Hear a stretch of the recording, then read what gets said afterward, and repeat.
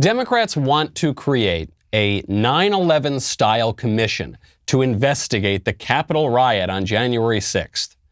They do not want to create a commission to investigate the very well-funded BLM organization that burned the country down for 6 months. They don't want to investigate Antifa, which has been committing street violence, very serious street violence, for years at this point at a huge scale.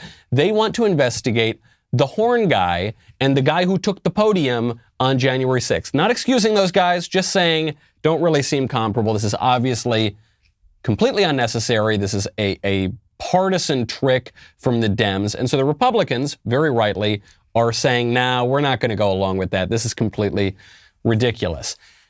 The Democrats hate that. They are losing their minds over that. Tim Ryan, who you might recall, briefly ran for president. He's a Democrat in the House.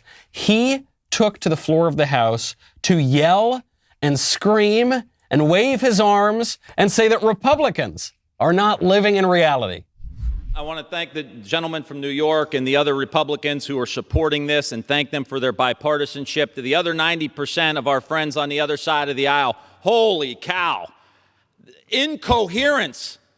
No idea what you're talking about. Benghazi, you guys chased the former Secretary of State all over the country, spent millions of dollars. We have people scaling the Capitol, hitting the Capitol Police with lead pipes across the head, and we can't get bipartisanship. What else has to happen in this country? Cops. This is a slap in the face to every rank and file cop in the United States. If we're going to take on China, if we're going to rebuild the country, if we're going to reverse climate change, we need two political parties in this country that are both living in reality, and you ain't one of them. Yes, nothing says we're living in reality like yelling and screaming and pushing ridiculous canards that the right-wingers are responsible for killing cops and things like that. It completely debunked. Even the New York Times and Washington Post admit it. Who's really living in reality here? The problem goes way, way deeper than January 6th. I'm Michael Knowles. This is The Michael Knowles Show.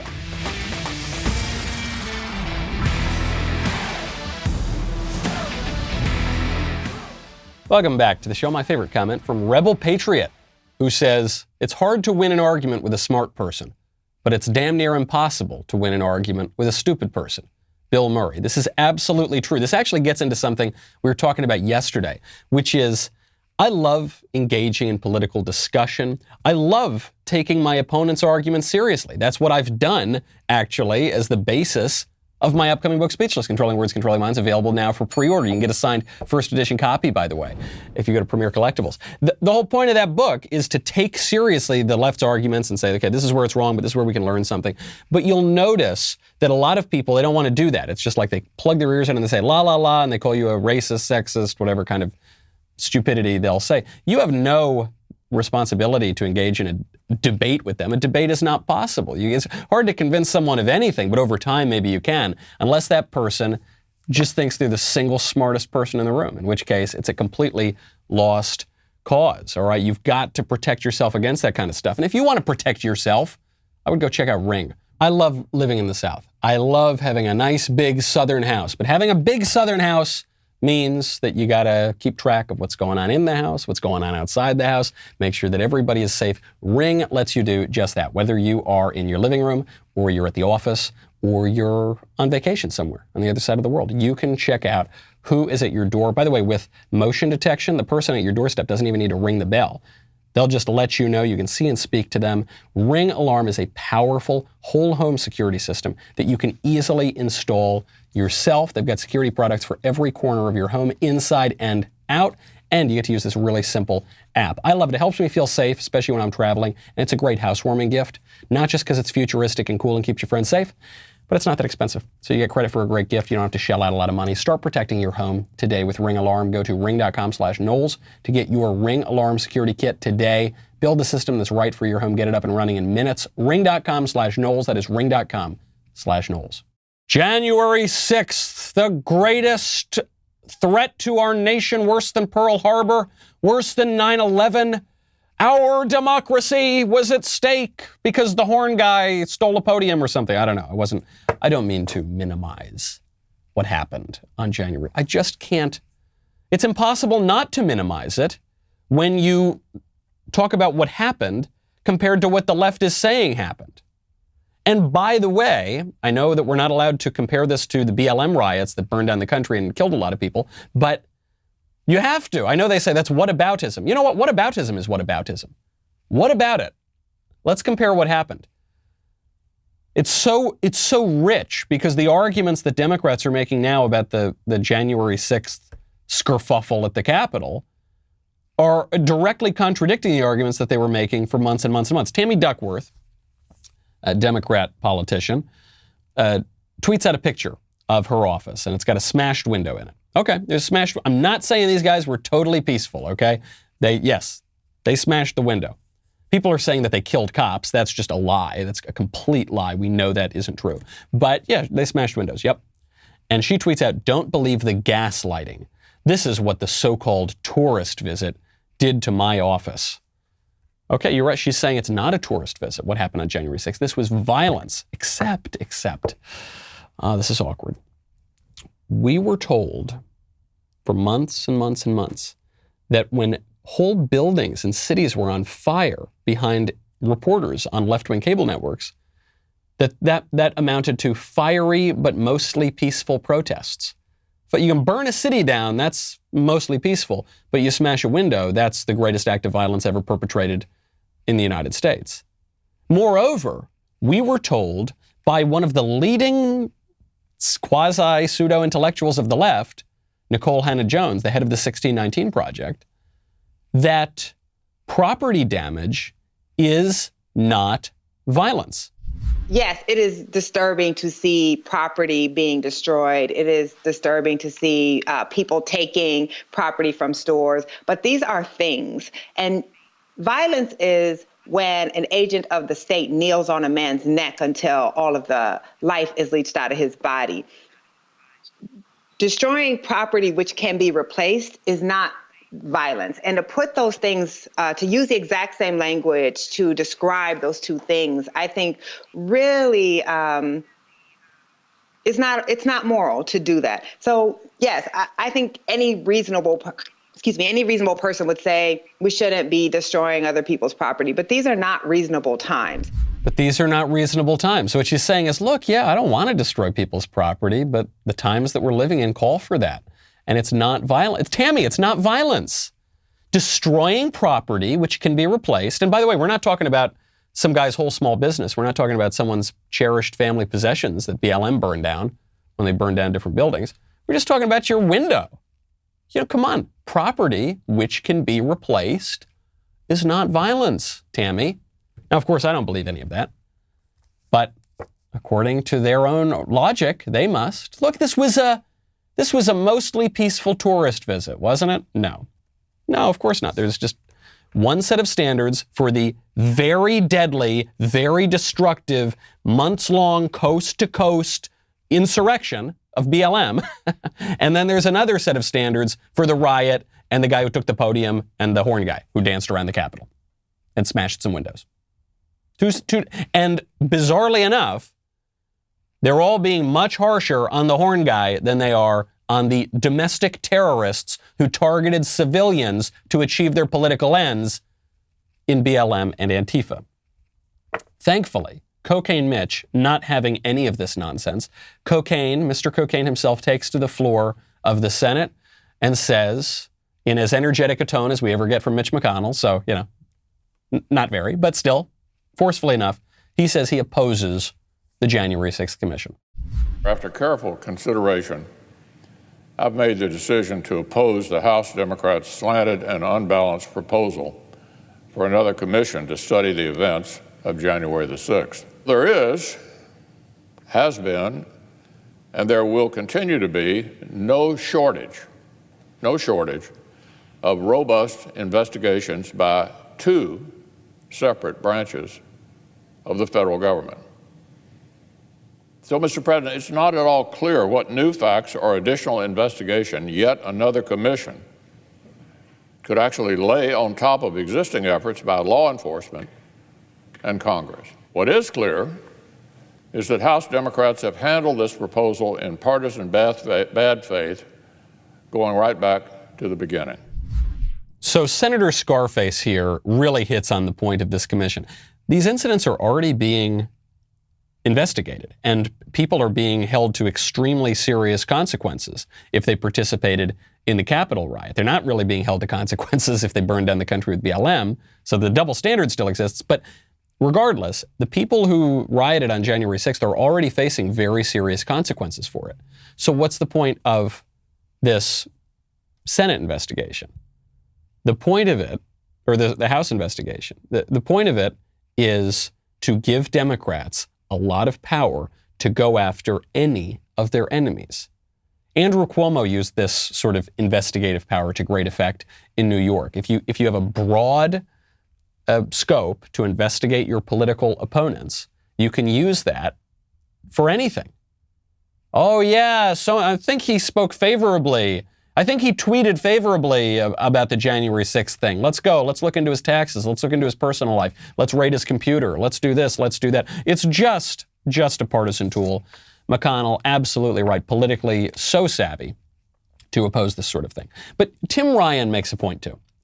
Never thought I would say that, but Tim Ryan, that screechy, crazy, loony Democrat at the top of the show, he does make a good point. He says if two political parties are not living in reality, then you can't have a country. Now, he's wrong when he says it's the Republicans not living in reality, because we get it. We get the January 6th thing. We get that Democrats are going to use that to great effect. We also get that that's absurd and hypocritical given the Democrats' overt endorsement of and support for the BLM riots in 2020. The sitting vice president bailed the rioters out of jail, right? So obviously, they don't have a lot of credibility on this point. But we must agree on reality if we are to have a country together. And we don't agree on that reality. Forget the riot thing or the mostly peaceful riots, or forget that for a second. Forget the election. What happened in 2020? How dare you question why the Pennsylvania election officials betrayed their own constitution? Why? How you can't? That's our democracy or whatever. Okay, get rid of all that for a second. What's a man? What's a woman? What's a human being? What are we here for? What are our pronouns? What's a baby? What is America? What is a nation? These are really, really basic questions, and we don't agree on the answers. And it's not because we just sort of have different perspectives, man, and we're a pluralistic country. No, it's that, broadly speaking, conservatives are in touch with reality on those fundamental questions, and increasingly, the Democrats are off in outer space. And this is clear enough from the voice of her generation, Demi Lovato, who is now identifying as multiple people. If you want to avoid this sort of confusion, I would strongly recommend you educate yourself with the great courses. How much time do you waste? How much time do you waste either staring slack-jawed into space or scrolling mindlessly past a bunch of nonsense? Use that time effectively. You can do that with the Great Courses Plus. They've got a library of over 13,000 audio and video lectures. There's a ton of great topics to choose from. You can either do the practical ones, how to build a better financial plan, stuff like that, or you can do the ones that I think are cooler, which is on like history, on literature, on this sort of things that you probably didn't learn in school, even though you should have. Well, you can do it now. You can, let's say you listen for 5-10 minutes on your phone, and then you switch it over, pick up right where you left off on the computer when you get home, or you do it on your TV. Where it's just so simple, a great way to be productive and get a lot smarter.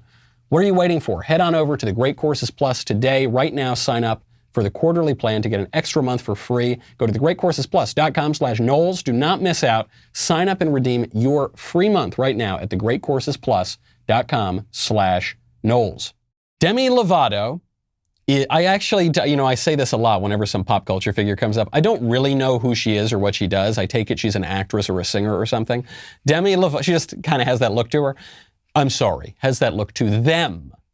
Because Demi Lovato is now identifying as, she previously identified as pansexual. She's now changing that to identify as non-binary, I don't know exactly what the difference is between those things, but I know that the effect of this latter one is that she now identifies as multiple people. She wants her preferred pronouns to be they and them, and she announced this in a pretty trippy video.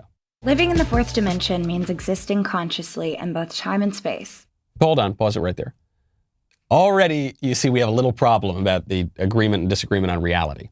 She says living in the fourth dimension means living consciously in time and space.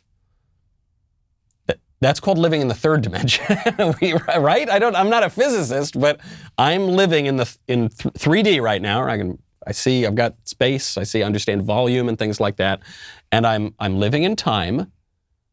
I know sometimes people call time the fourth dimension. I don't know, it seems a little hippy-dippy to me.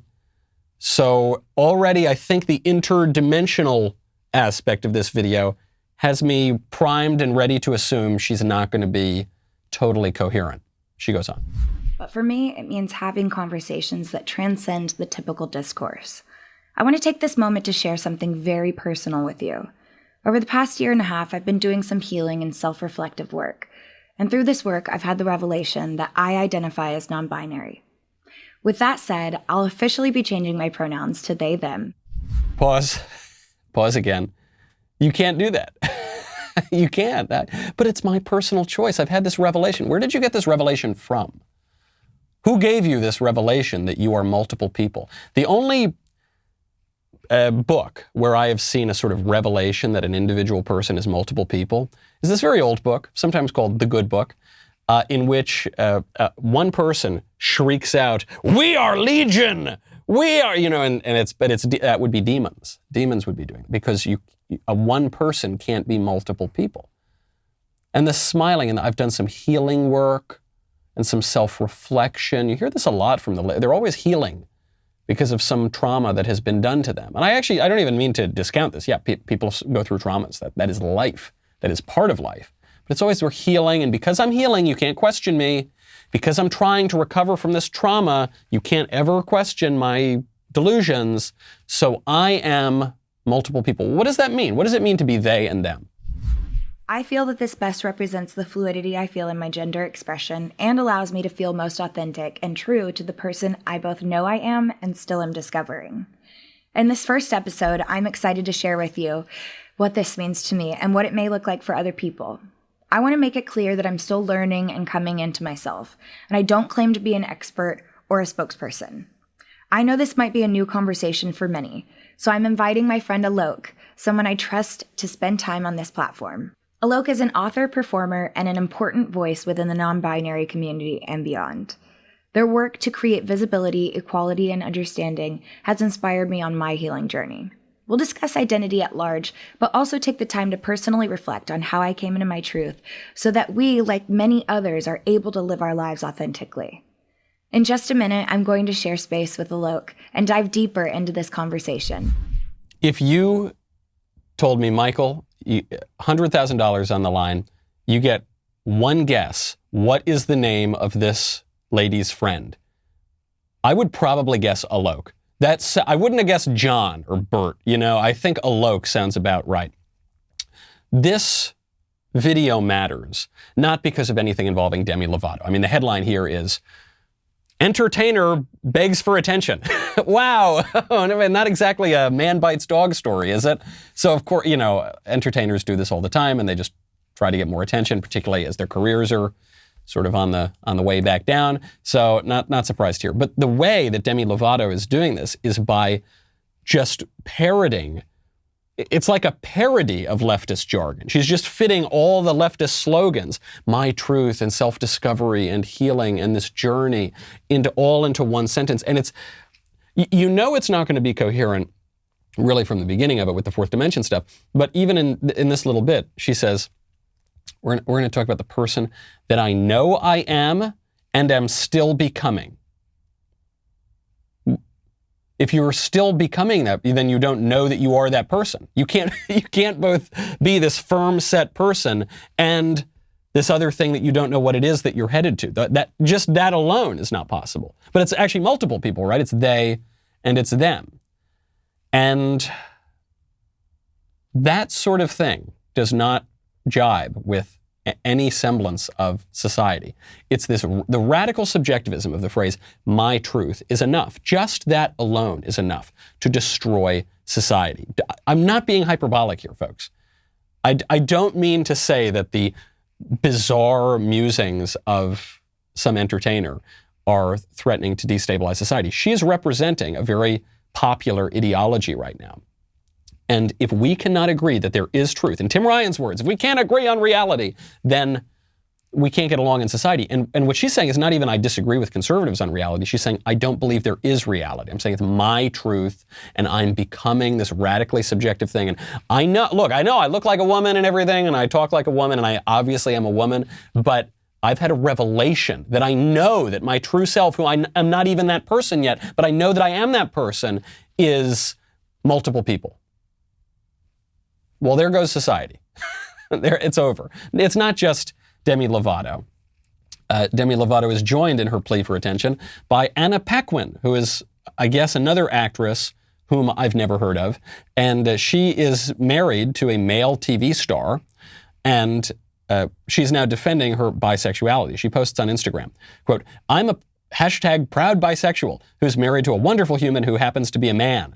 If he doesn't have a problem with it, why should anyone else? And then one commenter on this post on Insta says, I am getting tired of seeing bi celebrities constantly advocate for it, only to end up conventionally married to men with multiple children, living out the so-called white picket fence life. And then Paquin responds, she's very angry. She goes, oh yes, the you aren't queer enough BS. And then she's defending herself. She's saying, I am queer, even though I'm living a perfectly conventional lifestyle with this rich, handsome guy, and we're just living a normal life. I am special, darn it.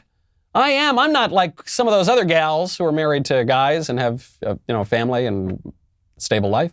I'm bisexual. I mean, I'm not. I like whatever. I guess I like kissed a girl once in college, but that makes me special. Demi Lovato. I'm not just some lady entertainer. No, I'm actually a pansexual. No, scratch that. I'm a non-binary. No, scratch that. I'm whatever can get me more attention today. I'm so special. And I am so interesting, is what they're saying too. I know how it looks from the outside, but actually I'm much more interesting on the inside.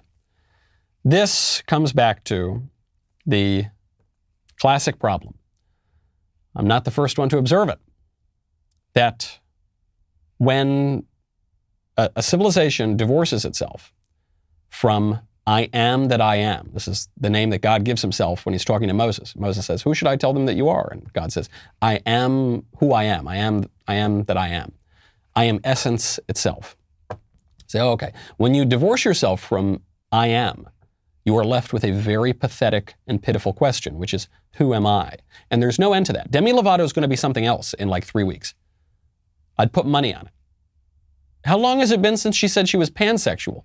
Now she's non-binary. I assume she's demisexual too. With a name like that, it's a groaner. That's a groaner. Sorry. Never mind. She'll be something else. I'm sure Anna Paquin will too. Well, actually, I'm a bisexual, trans, this or that. I know I look totally normal, but I'm actually super duper special. If we want to have a society, you can't tolerate that stuff. I know that there's the left is obviously all in on it, and there's a big segment on the right, the more libertarian segment, that says, hey, whatever you want, man. I'm not a regular conservative, I'm a cool conservative. I'm not a regular mom, I'm a cool mom. And yeah, you could be a demi, bi, non-trans, whatever. Your name can be Alok or whatever. Yeah, no. Sorry. If you want to follow the Tim Ryan doctrine of living in reality, and I think we have to. I totally think we have to live in society, then you can't do that. You can't change the pronouns. They're not yours to change. Frankly, I don't think we should really be changing our names such that people named Bruce can go by Caitlin. Caitlin's a girl's name. Sorry, buddy. If you're a guy, you can't be Caitlin. But my freedom. It's not freedom. That's insanity and delusion, and it leads society into licentiousness and lunacy. And so, no, we need boundaries if we want a flourishing and free society. The poem needs parameters. The sonnet needs constrictions if you want to have the flourishing and the freedom and the beauty that comes from that sort of thing. Ben is going to be talking today about how the Democrats love January 6th. They love it. They need it. When January 6th didn't turn out exactly how they wanted, they actually just made up new aspects of it. I'll be talking about that on this show. Me, I'm not going to say much more about January 6th. That whole discussion has left me basically speechless. Oh, you knew it. You knew it even before I said it. You knew it. Head on over to speechlessbook.com to pre-order your copy today. If you want an extra personal touch, text speechless, SPEECHLESS, to 53445 to pre-order a signed copy. Do not wait. Now, I know some people have said, Michael, I already pre-ordered a copy on Barnes & Noble or Amazon or something, but now I want a signed copy. I've got a simple answer for you. Just order another one. That's cool. You just give the other one away as a Christmas present or something like that, or you just keep two. But Michael, I've already pre-ordered the Audible. I do it all the time. I will get the book on Audible so I can listen to it, and I'll also get the book physically so that I'll listen to it in the car, and then I'll flip over and I'll read some at night, and then I'll flip back and forth. Go do it. Get 3, 4, 10 copies. I don't know. Pre-order today and understand the PC police better than they understand themselves. We'll be right back.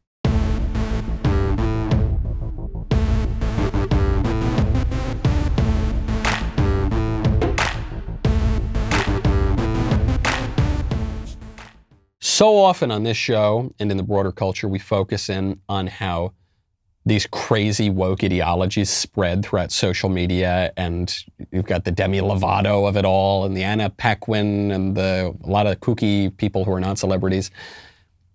But don't forget, social media, they're just media, right? It's just a medium. And you can transmit insanity on there, or you can transmit serious ideas. So you got the Demi Lovato hyper-subjectivism, the hyper-subjectivism of intersectionality and the woke people and the 1619 Project or whatever, which say that whatever I say will constitute reality because everything is socially constructed. Sex is socially constructed. History is socially constructed. So it's all just whatever we say it is. It's a kind of premise of political correctness, is that you change the words, you change the culture.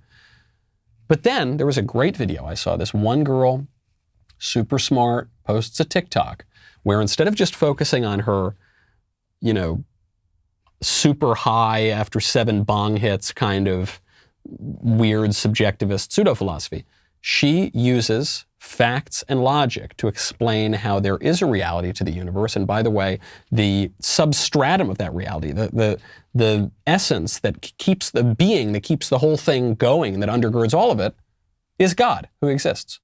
Have y'all ever heard of the theory of general relativity? It's what Einstein is famous for. In his calculations, he started to realize that the universe was not eternal. It had a beginning. Now this leads us to the law of causality. Everything that came to be needs a cause. So Einstein clearly knew that if the universe had a beginning, it needed a cause. Let's go to the Big Bang Theory. There was no space, no time, and no matter before the Big Bang. The universe emerged out of nothingness. What does that mean? Since it's impossible for the universe to be able to create itself because it didn't exist, in order to be able to create itself, nature and the universe itself was just a big effect that was caused by, what are we left with? An extremely powerful, extremely intelligent, precise, given the precision that our universe was created with, personal entity that is capable of existing outside of time, space, and matter. That can't be nothing but God. Do I need to sign up for TikTok now? I didn't. I thought TikTok was just a bunch of crazy people spouting off and then a bunch of other people jiggling around. And I figured this is not, and also Xi Jinping stealing all of our information. So I assumed there's no reason for me to be on TikTok. But if I can go on TikTok and just hear popular apologetics and very strong and common sense arguments for the existence of God, maybe I got to sign up and get an account.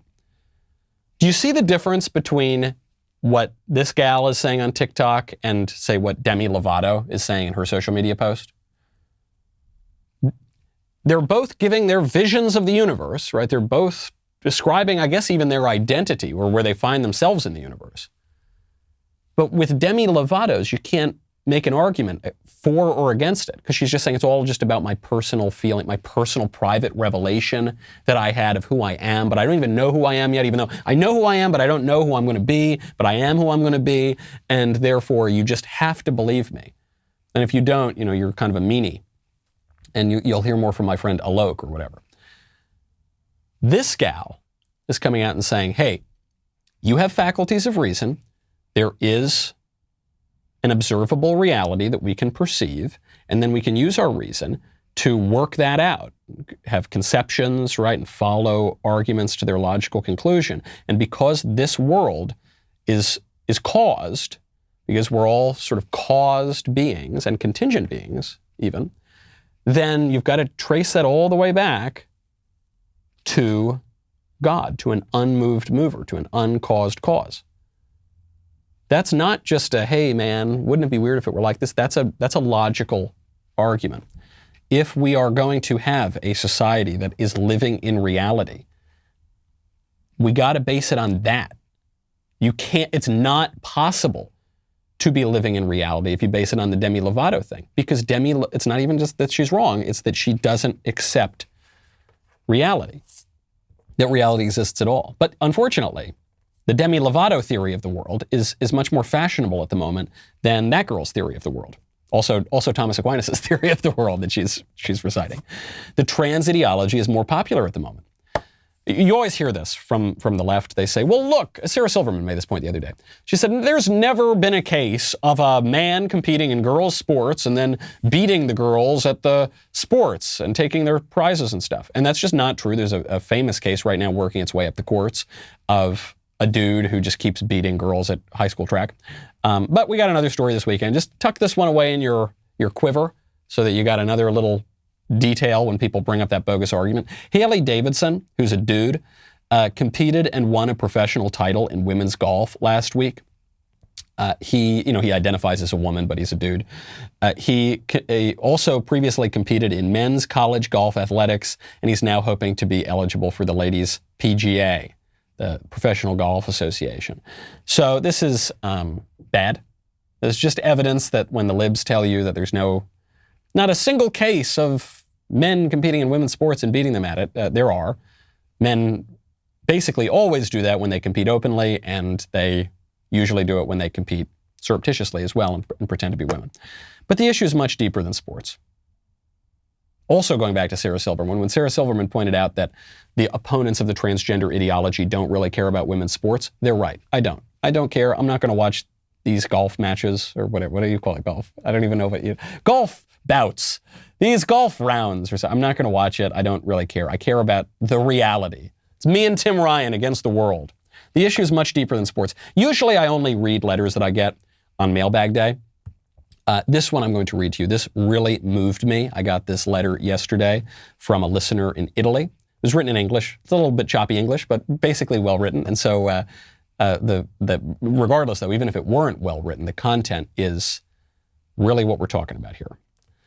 Subject: I was a sad trans and then I detransitioned and now I'm happy. Message: hello, Michael. I'm writing to you from Italy. I'm a 30 years old woman. When I was 18, I was involved with the trans movement because my family abused me and I was confused and had the bad luck to meet trans people who convinced me that I was a boy. They were trans people from the Italian trans rights associations. I always had been very feminine, but they somehow convinced me, taking advantage of my suffering, to go on testosterone and to mutilate my chest. After some years, I understood that I fell in their trap because trans people are narcissistic and abusive too, like my family. Like everybody, right? To some degree, we're all kind of broken people.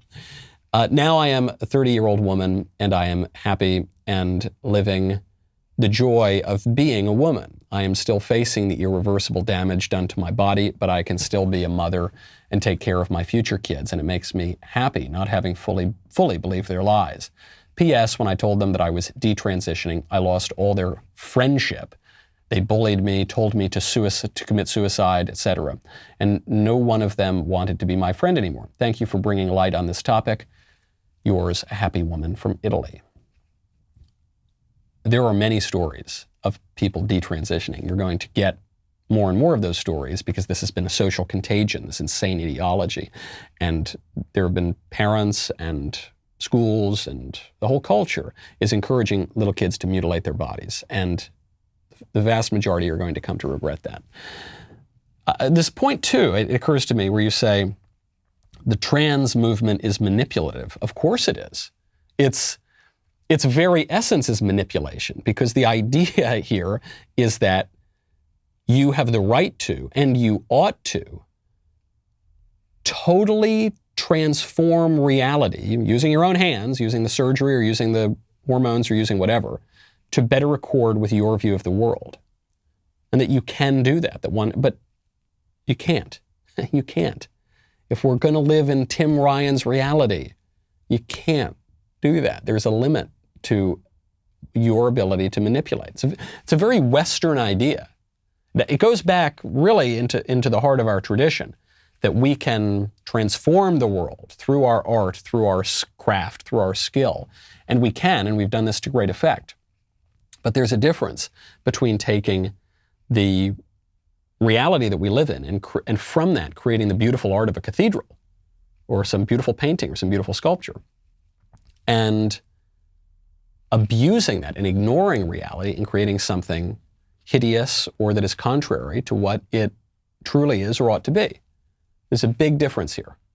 We have our freedom. We can use our freedom in accordance with reality and with the natural order and the moral order, or we can abuse that freedom and use it to licentiousness and use that freedom to pervert and destroy and mutilate the world. And they're not the same thing. And there are real consequences here. Very happy to this person who wrote in that she is doing better now and has gotten out of this craziness. And anyone who's considering getting into it, I would maybe send them that letter, send them that little clip, and just let them know there's a dark side here too. I've interviewed people who have detransitioned years past who talk about what a horrible thing it did to their lives, because you can't go back. You can try to fix certain things. Thankfully, this woman hadn't gone so far that it was completely irreversible, but some things were irreversible. She says she mutilated her body. She was very pretty and she mutilated her body. And you can't totally go back from that either.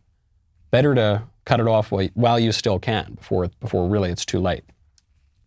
This is all part of an anti-human ideology. And this anti-human ideology expresses itself in various ways. It's not just the gender thing. It's not even just the abortion thing it's not just the overpopulation thing. It's not just the idea that we need fewer humans and the humans who are here need to be different than they are.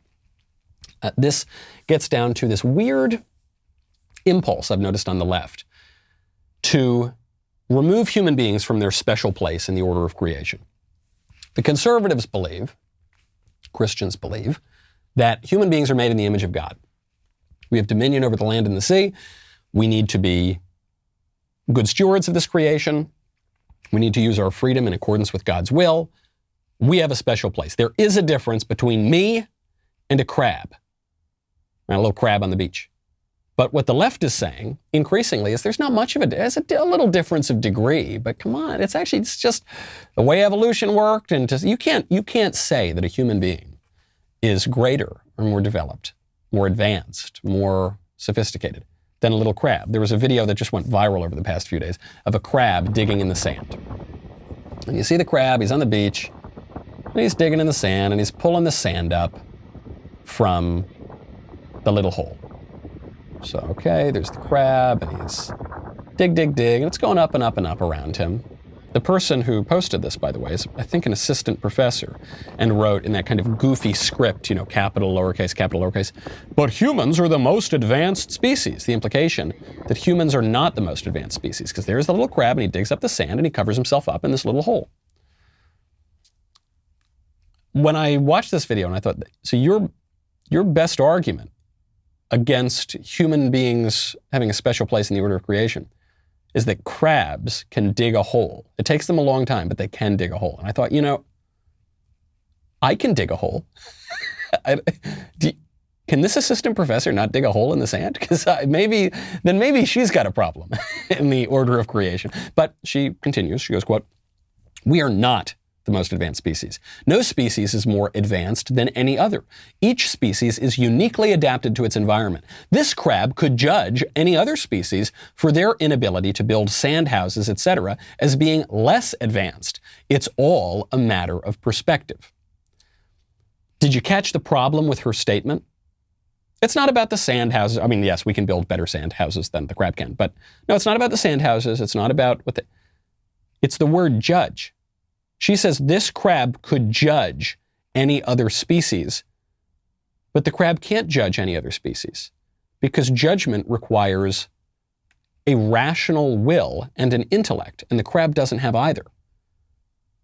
This is not my own understanding of the world. I don't think that I came up with this brilliant idea on my own.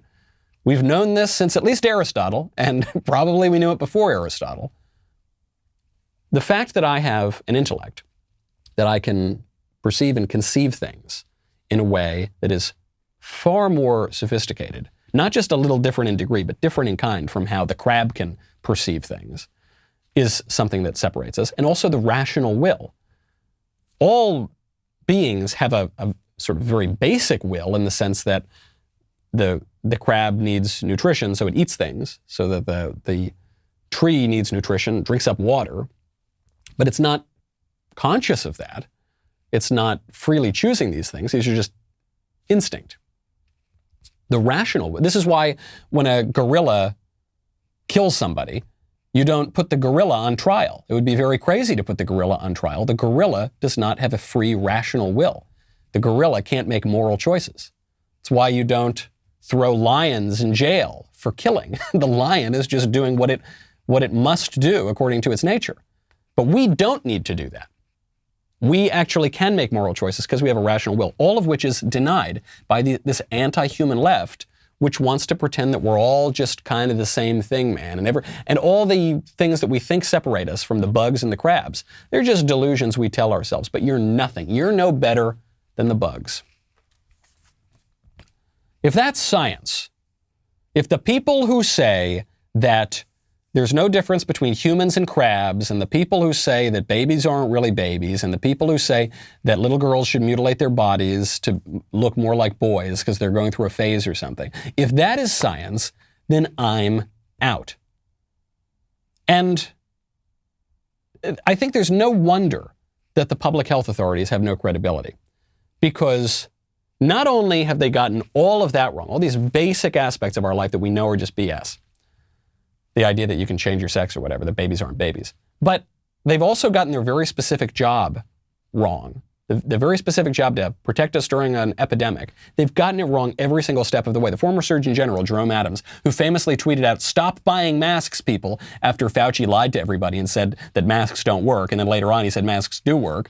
And then it's sort of unclear even what kind of masks what are you talking about. But he said, he made a political decision just to save the masks for his own nurses. Jerome Adams goes on TV and he says, the CDC and other public health authorities, they kind of botched the rollback of the lockdown. This new CDC guidance is telling us that these vaccinations are so incredibly effective that if you're fully vaccinated, meaning 2 weeks out from your last dose, that the benefit of additional masking and social distancing is minimal. I think this was an appropriate call based on the science. The science is sound. I think that the play call was right, but they fumbled the ball at the 1 yard line in terms of communicating this to the public in terms of engagement. Lots of my public health officials have told me they are upset. They were blindsided by this new information.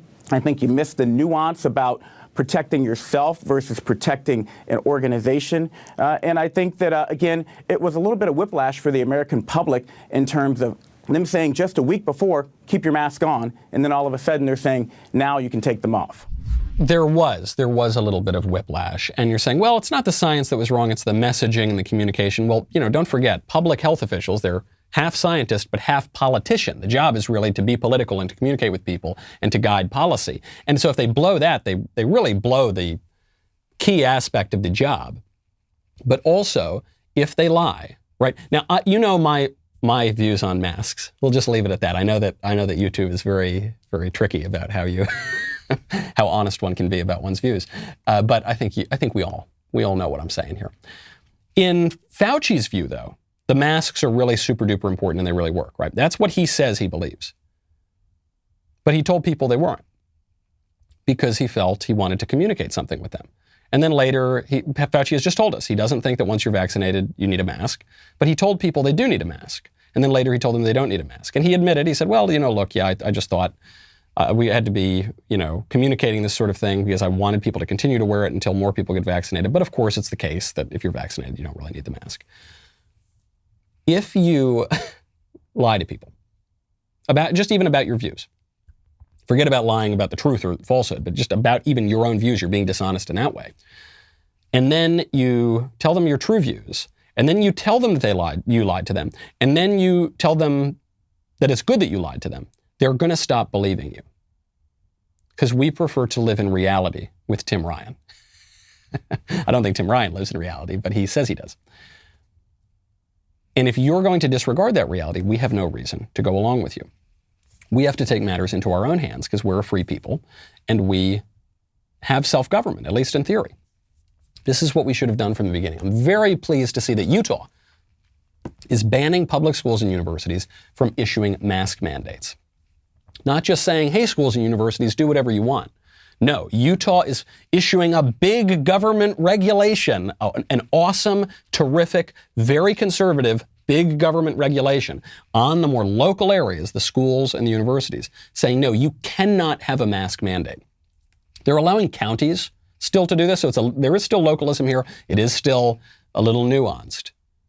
But perfectly fine, I suppose.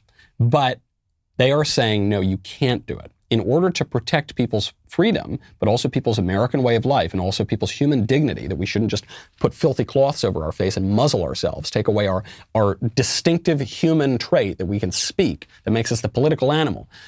We're not going to let you take that away from people. Limiting the willfulness of the universities and the schools to protect the freedom of the people who go there. I love that. I hope that more places do that, more states. A lot of politicians, though, are trying to undermine their democratic accountability. Right? They're trying to minimize self-government, send everything off to the experts. And even when they're going to be asked tough questions, to not even permit reporters to do that. Remember, democracy dies in darkness. Trump, the most transparent pro-press president in history, probably. He would talk at length for hours to reporters. He'd make fun of them, but he would talk. He was open to them. Joe Biden doesn't do that sort of thing. And Lori Lightfoot now in Chicago, mayor of Chicago, is saying she's only going to grant one-on-one interviews to black and brown journalists. She is. This is according to a spokesman who says that now she's in her 2-year midway point as mayor, and she's only going to give one-on-one interviews to black or brown journalists. It is tired and cliche and pointless to observe that if the situation were reversed, of course, this would be an international incident and there would be a huge outcry. But I don't even want to focus on that point because it just doesn't matter. There's just different sets of standards, right? There's one set of standards for the Black Lives Matter terrorists who burned the country to the ground, and there's one set of standards for the horn guy and the guy who took Pelosi's podium. And the standards for the horn guy are much, much harsher than for the BLM terrorists. And that's just the way it is. And so Lori Lightfoot, a black mayor, can come out and say, I'm only going to give interviews to black and brown journalists. And the reason here, of course, is statistically she's looking and saying, black people vote Democrat much more so than white people do. So that's going to give me a political advantage. But also, if you're already saying I'm going to discriminate on the journalists I talk to, then they can get much more specific. Far beyond just the skin color, they can say, okay, there's a leftist journalist, there's another leftist. There are plenty of black people who are conservative. I don't think she'd give an interview to Candace Owens, for instance, or Larry Elder or somebody. But this is just an excuse to discriminate. And she's going to get away with that, because the sense of reality that we have is contrary to reality itself. The ideology being pushed on us is that this country is in a white supremacist, patriarchal, Christian theocracy, and of course it's totally the opposite of that. It's totally the only racial discrimination, the only racism that's permitted and actually promoted by society is against white people and to a lesser degree against Asian people, but also against Asian people, especially in university admissions and things like that. The only religion that it's perfectly fine to castigate and mock is Christianity. That our perception of things is very different from reality. And if Tim Ryan is very barely, but makes a good point. If we are going to have a country, we need to be living in reality. And that means conservatives need to get a little bit tougher about articulating and enforcing that reality. A point I make at great length in my upcoming book, Speechless, Controlling Words, Controlling Minds, available now for pre-order. I'm Michael Knowles. I'll see you tomorrow.